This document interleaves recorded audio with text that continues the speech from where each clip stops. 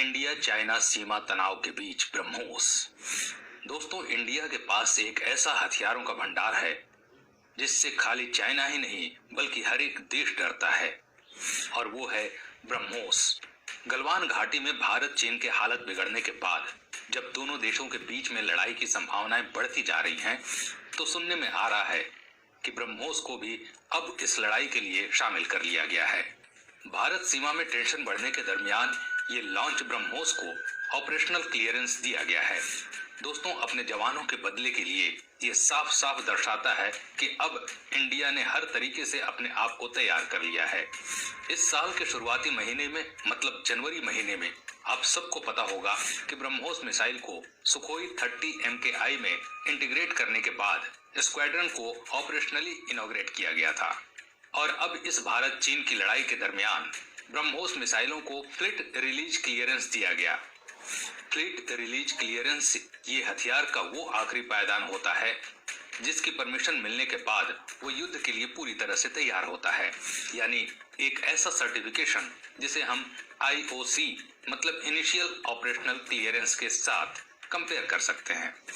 जिस तरह से इनिशियल ऑपरेशनल मंजूरी दी गई थी, वैसे ही सुखोई 30 MKI के फ्लीट को भी फ्लीट रिलीज मंजूरी दी गई है, जिस फ्लीट में ब्रह्मोस मिसाइलों को एयर लॉन्च क्रूज मिसाइलों के हिसाब से शामिल किया गया। दोस्तों, अब सुखोई 30 MKI फ्लीट द्वारा इसे आप एक तरीके से एक सर्टिफिकेशन समझ सकते हैं, जिसके माध्यम से अब सुखोई 30 MKI द्वारा ब्रह्मोस मिसाइलों को ऑपरेशनली लड़ाई के समय इसका यूज किया जाएगा। जनवरी महीने में तंजावुर एयरबेस, जो दक्षिण में स्थित है, सुखोई 30 MKI के साथ ब्रह्मोस मिसाइलों को इंटीग्रेट करके वहां पे डिप्लॉय किया गया था। और ब्रह्मोस मिसाइलों को जो एयर लॉन्च वर्जनों को सुखोई 30 MKI में इंटीग्रेट किया गया था, उसका रेंज करीबन 300 किलोमीटर है। 300 किलोमीटर मिसाइलों के रेंज और 3000 किलोमीटर एयरक्राफ्टों की रेंज के साथ इन हथियारों का इस्तेमाल इंडियन ओशियन की सुरक्षा के लिए किया जाने का इरादा रखा जा रहा था। इन हथियारों की मदद से अब समुद्री ठिकाने मतलब एयरक्राफ्ट कैरियर और डिस्ट्रॉयर जैसे बड़े बड़े जहाजों के अलावा जमीनी ठिकानों को भी खत्म किया जा सकता है। दोस्तों, BrahMos air launch cruise missile एकमात्र दुनिया का supersonic air launch cruise missile है, और इसकी स्पीड की तुलना में तो अब तक किसी भी देश के पास ऑपरेशनल इतनी स्पीड वाली मिसाइल नहीं है, जबकि इसकी एक्यूरेसी भी इतनी ज्यादा है कि इसके एक वार से किसी भी टारगेट के लिए बचना ना के बराबर है।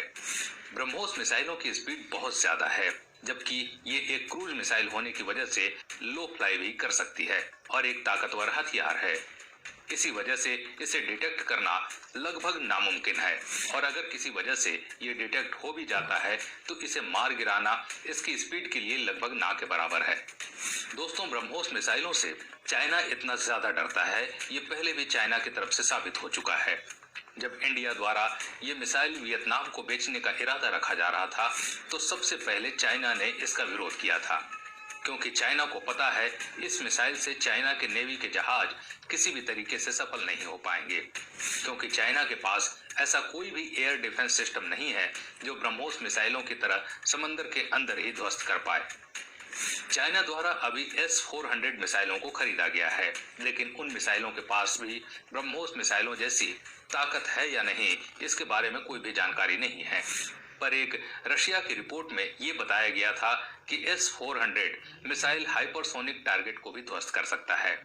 दोस्तों, ये मिसाइल 300 किलोमीटर के हाईएस्ट टारगेट तक जाने के लिए सिर्फ 5 मिनट या 5.5 मिनट तक का वक्त लेती है, और इतने समय में तो ब्रह्मोस मिसाइल को डिटेक्ट कर पाना किसी भी एयर डिफेंस सिस्टमों के लिए लगभग ना के बराबर है।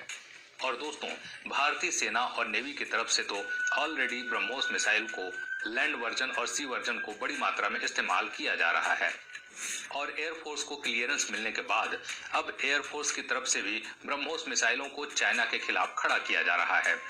दोस्तों, आपकी जानकारी के लिए बता दें कि ब्रह्मोस मिसाइलों के एयरक्राफ्ट कैरियर किलर वर्जन भी तैयार हो गया है, जो सीधा ऊपर हमला कर सकता है और एक ही बार में एक बड़े एयरक्राफ्ट कैरियर को ध्वस्त किया जा सकता है।